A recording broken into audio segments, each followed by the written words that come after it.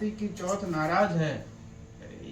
में पति के अनेक रूप बनाए जाते हैं तथा सुहाग की वस्तुएं जैसे चूड़ी, बिंदी, बिछुआ, मेहंदी और महावर आदि के साथ साथ दूध देने वाली गाय, करुआ बेचने वाली कुमारी, महावर लगाने वाली नाइन, चूड़ी पहनाने वाली मणिहारिन, 7 भाई और उनकी इकलौती बहन, सूर्य, चंद्रमा, गौरा और पार्वती आदि देवी देवताओं के भी चित्र बनाए जाते हैं।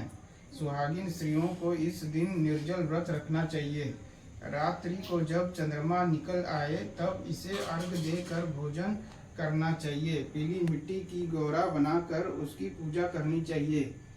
ने बनाई क्या? तब लोग कृष्ण की आराधना की। कृष्ण उपस्थित हुए और पूछा, कहो यह कष्ट है तुम्हें, क्या कष्ट है तुम्हें? प्रभु द्रौपदी से हाथ जोड़कर कहा मुझे क्या कष्ट है, आप तो स्वयं ही जानते हैं, आप तो अंतर्यामी हैं, मुझे कष्टों के बोझ से विहल कर दिया है। क्या कोई ऐसा उपाय है जिससे इन कष्टों का छुटकारा मिल सके? तुम्हारा प्रश्न अति उत्तम है द्रौपदी। कृष्णा मुस्कुराकर बोले, प्रभु फिर मुझ पर मुखी नारी का कष्ट दूर करने का उपाय बताए। द्रौपदी ने पूछा। यही प्रश्न एक बार पार्वती जी ने शिव जी से कर दिया था। तब शिव जी ने करवा चौथ का विधान बताया था कि प्रभु करवा चौथ की जानकारी मुझे भी दीजिए और उसकी कथा कहिए।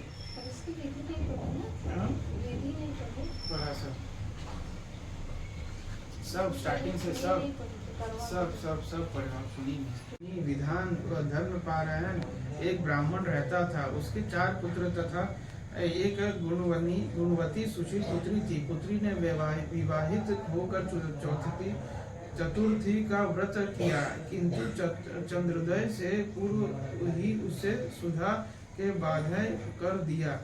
इससे उसके स्नेही भाइयों ने छल से पीपल की आड़ में कृत्रिम चंद्रमा बना कर दिखा दिया। लड़की ने अर्घ दे भोजन कर लिया। भोजन करते ही उसके पति का हृदय गति बंद हो गई। इससे दुखी हो उसने अन्न जल त्याग दिया। उसी रात्रि ने इंद्राणी भूविचरण करने आई। ब्राह्मण पुत्री ने उससे अपने दुख का कारण पूछे। इंद्राणी ने बताया, तुम्हें करवा चौथ व्रत के चंद्र दर्शन के पूर्व भोजन कर लेने से यह कष्ट मिला है। तब उस लड़की ने अंजलि बांध कर विनय की कि मुझसे मुक्त होने का कोई उपाय बजाए। इस पर इंद्राणी ने कहा, यदि तुम विधि पूर्वक अगली करवा चौथ का व्रत करो तो तुम्हारे पति पुनर्जीवित हो जाएंगे। कन्या ने ऐसा करने का वचन किया तो उसका पति स्वस्थ हो गया। इस पर उस कन्या ने वर्ष भर प्रत्येक चतुर्थी का व्रत किया और अनंत अखंड सुहाग प्राप्त किया। श्री कृष्ण ने कहा, हे द्रौपदी, यदि तुम इस व्रत को करोगी तो तुम्हारे भी संकट टल जाएंगे। इस प्रकार द्रौपदी ने यह व्रत किया और पांडवों सभी क्षेत्रों से विजयी हुए। इस प्रकार सौभाग्य, पुत्र, पौत्री और धन धान्य की इच्छुक स्त्रियों को यह व्रत विधि पूर्वक करना चाहिए। इस व्रत में भगवान शंकर जी की आरती आती है। बात है, तुम रो रही हो? छोटी बहू बोली, आज करवा चौथ है, मेरा कोई भाई नहीं है। यदि मेरा कोई भाई होता तो आज जरूर करवा लेकर आता। नाग को छोटी बहू पर दया आ गई और नाग ने कहा, बेटी तुम घर चलो, मैं अभी करवा लेकर आता हूँ। थोड़ी देर बाद नाग ससुराल पहुंचा। ससुराल वाले इतना सामान देखकर चकित हो गए। सास भी प्रसन्न हो गई। सास ने प्रसन्न मन से छोटी बहू को नाग देवता के साथ भेज दिया। नाग देवता ने छोटी बहू को अपना सारा महल दिखाया और कहा, जितने दिन चाहो आराम से रहो, मन चाहा खाओ, मन चाहा पहनो। एक बात याद रखना, सामने रखी नाद कभी मत खोलना। छोटी बहू सारा समय महल में आराम से काटती, पर नाद के बारे में उसकी उत्सुकता बढ़ती रहती। एक दिन जब घर में कोई न आता तो उसके नाद को उठाकर देखा तो हजारों छोटे सांप के बच्चे इधर उधर रेंगने लगे।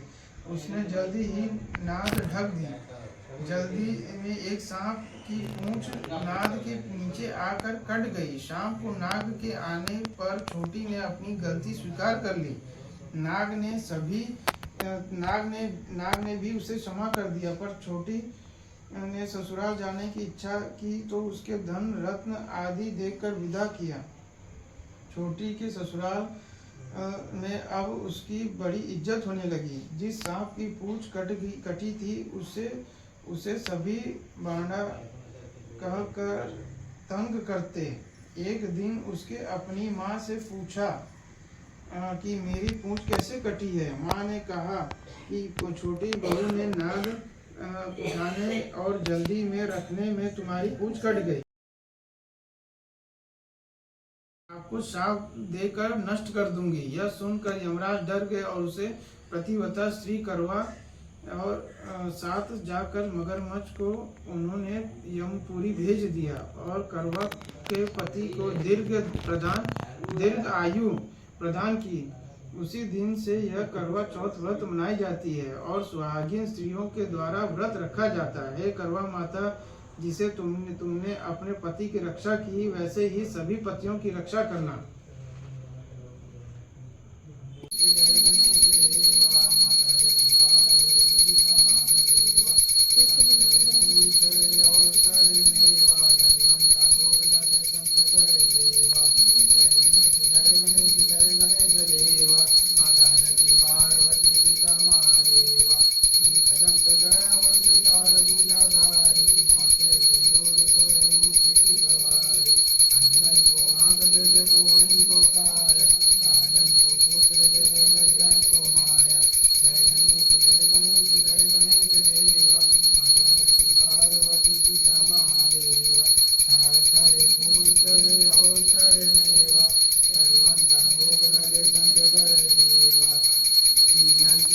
रखो शंभु सुतवारी, कामना को पूरा करो जग बलिहारी। जय गणेश जय गणेश जय गणेश देवा, माता गति पार्वती पिता महादेवा।